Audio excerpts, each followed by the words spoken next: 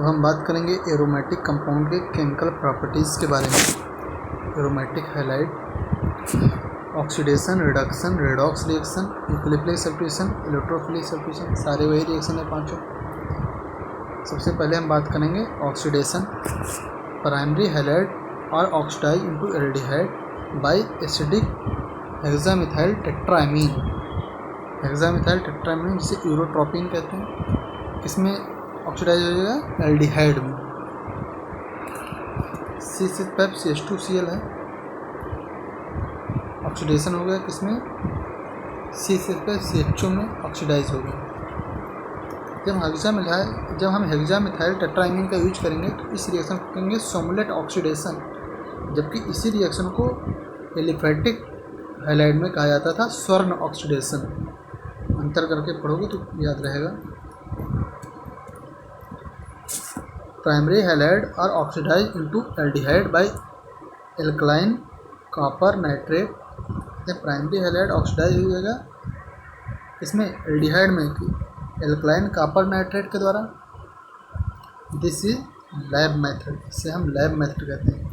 इसलिए lab method कहते हैं क्योंकि इसमें बहुत सारे कंपाउंड यूज किए जाते हैं जो कि लैब में ही मिल सकते हैं।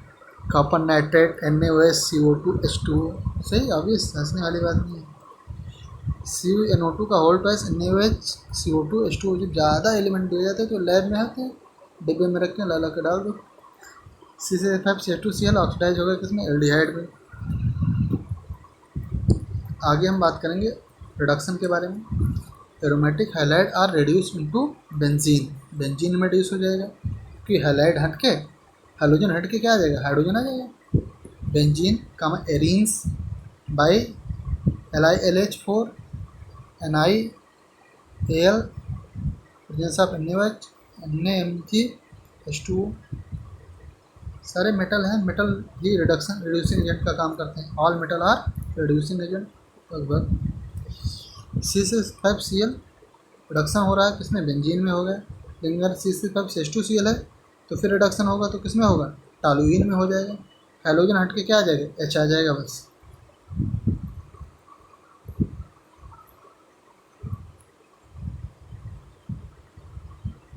तो हम बात करेंगे रेडॉक्स रिएक्शन के बारे में। Reaction with metal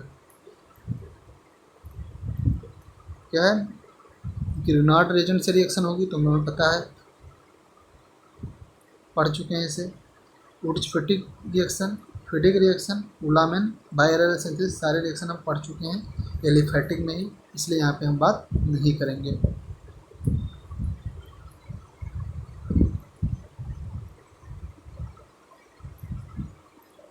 nucleophilic substitution. Aromatic halide are very less reactive toward nucleophilic substitution. Nucleophilic substitution के प्रति ये बहुत कम रिएक्टिव होते हैं, जबकि इलेक्ट्रोफिलिक सब्स्टिट्यूशन के प्रति ये बहुत ज़्यादा रिएक्टिव होते हैं। अभी बात करेंगे इलेक्ट्रोफिलिक सब्स्टिट्यूशन की।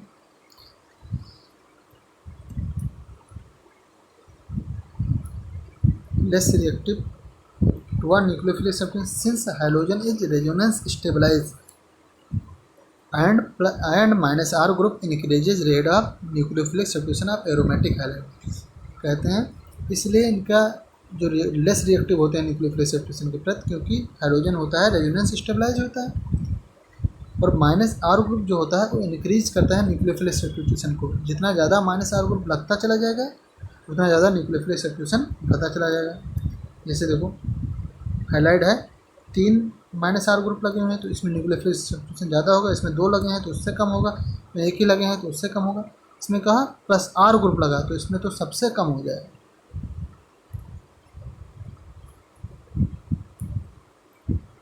ट्राई एल्किल है।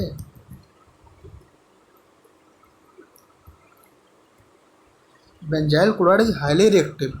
हाईली रिएक्टिव है क्योंकि C6H2Cl है, एक कार्बन छोड़ के हैलोजन जुटा हुआ है तो इसमें रेजोनेंस नहीं पाया जा रहा है, तो इसकी स्टेबिलिटी कम होगी, रिएक्टिविटी ज़्यादा होगी। इसलिए लिखा जाता है benzyl chloride are highly reactive toward the nucleophilic substitution. +R group increases rate of nucleophilic substitution. +R group क्या करता है? रेट ऑफ न्यूक्लियोफिलिक सब्स्टिट्यूशन को बढ़ाता है।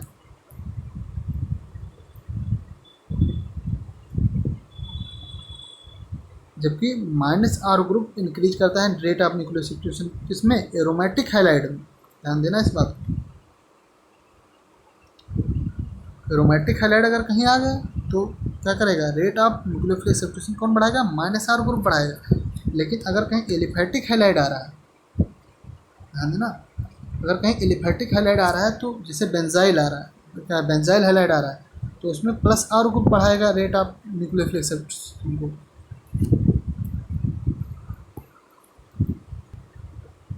अब है एक्वस केवेज, एक्वस एनेवेज with aromatic halide so hydrolysis at 350 degree Celsius 300 ATM pressure. सोचो इतना ज़्यादा ताप, इतना ज़्यादा प्रेशर लगाते हैं तब जाके वो हाइड्रोलिसिस शो करता है। क्यों?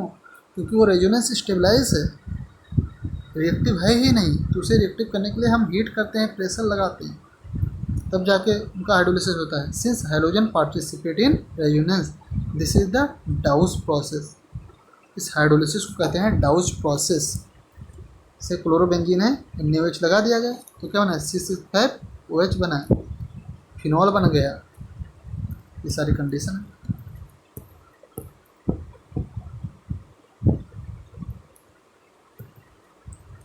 CuCN CH3ONA NaNH2 NH3 with aromatic halide so nucleophilic substitution in presence of copper salt and 200 degree Celsius और liquid ammonia. Liquid ammonia copper salt के प्रेजेंस में।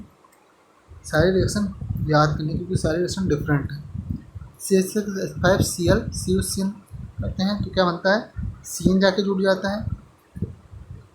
जब CH5Cl CH3ONA की रिएक्शन करते हैं तो ONA जाके जुड़ जाता है।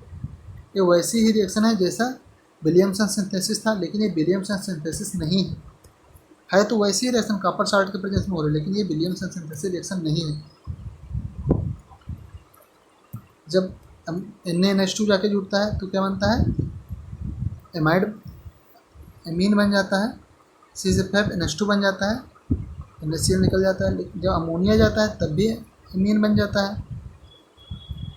लेकिन जब अमोनिया जाता है तो कौन सा ले, तब CO2 ले जाए, कोई कॉपर का कैटालिस्ट ले लिया जाता है, ताप ले लिया जाता है। दो चीज़ काम कर सकते हो, या तो कॉपर का कैटालिस्ट ले लो या फिर लिक्विड अमोनिया ले लो। यहाँ पे लिक्विड अमोनिया लेकर समझा दिया गया है, यहाँ पे कॉपर का कैटालिस्ट लेकर समझा दिया गया है, कॉपर साल्ट कॉपर ऑक्साइड कुछ भी ले लो। अब हम लास्ट टॉपिक बात करेंगे इलेक्ट्रोफिलिक सब्स्टिट्यूशन के बारे में, जो कि बहुत इंपॉर्टेंट होता है। सारे aromatic compound electrophilic substitution show ही करेंगे, इनका नेचर है। मैकेनिज्म में इसके बारे में बात भी कर चुके हैं।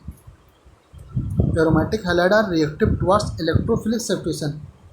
Hydrogen is plus R group, therefore they are the ortho and para directing. Hydrogen क्या है, प्लस आर ग्रुप है तो ये आर्थो और पैरा पे ही बैठने देगा किसी अदर ग्रुप को, चाहे जो ग्रुप आए। देखना C2Cl2 FeCl3 की प्रेजेंस में जिसे हाइड्रोजन कैरियर कहते हैं, तो क्या होगा, इलेक्ट्रोफिलिक सब्स्टिट्यूशन होगा। या तो हो जाएगा आर्थो पे बैठ जाएगा या पैरा पे बैठ जाएगा, आर्थो पैरा डाइक्लोरो बेंजीन बनेगा। तो हम HNO3 ले लेते हैं H2SO4 की प्रेजेंस में, तो NO2 इलेक्ट्रोफाइल का काम करता है। यहाँ पे जब Cl2 FeCl3 लेते हैं तो Cl प्लस इलेक्ट्रोफाइल का काम करता है। इस रिएक्शन को कहते हैं हैलोजिनेशन। जब HNO3 H2SO4 की प्रेजेंस में लेते हैं तो NO2 प्लस इलेक्ट्रोफाइल का काम करता है, इसे कहते हैं नाइट्रेशन। तो इसमें आर्थो पैरा पे जाता है, बैठ जाता है, या तो आर्थो पे एक बार बैठेगा एक बार पैरा पे बैठेगा, तो ortho para chloro nitro benzene कहेंगे।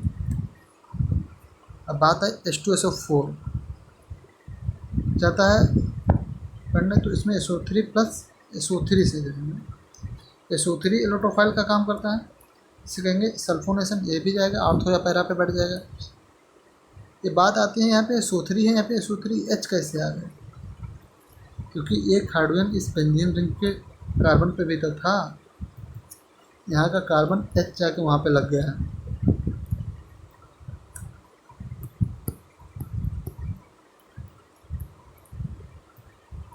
ये लास्ट रिएक्शन है, बहुत इंपॉर्टेंट रिएक्शन मानी जाती है।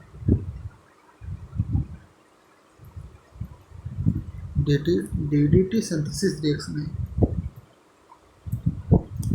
chloral plus H2SO4 with chlorobenzene give dichloro गलत हो गया डाइक्लोरो डाइफ्लैन ट्राइक्लोरो इथेन देता है। इसे DDT कहते हैं। Which are the insecticide are non biodegradable pollutant. ये कभी डिग्रेडेड नहीं होता है। क्लोरल है, क्लोरल के साथ रिएक्शन होती है क्लोरोबेंजीन की रिएक्शन होती है। क्लोरल के साथ रिएक्शन होती है क्लोरोबेंजीन की। क्या होता है, एक ऑक्सीजन क्लोरल का, दो हाइड्रोजन क्लोरोबेंजीन के निकल जाते हैं वाटर के रूप में और यहीं पे जाके ये जुड़ जाता है, दो है, इसलिए इसका होल ट्वाइस लग गया।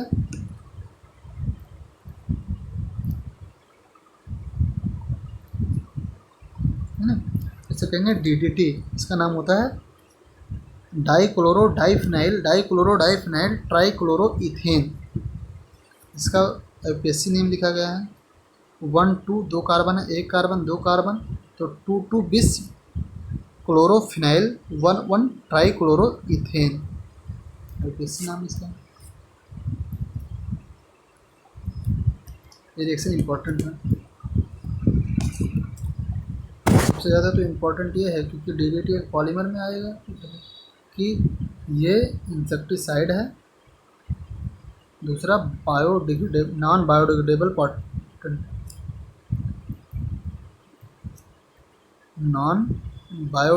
पॉल्यूटेंट है। इकोलॉजी में DDT के बारे में पढ़ेंगे कि इसमें DDT का एक्युमुलेशन कैसे बढ़ता चला जाता है, डिग्रेडेड हो ही नहीं पाता। This chapter and.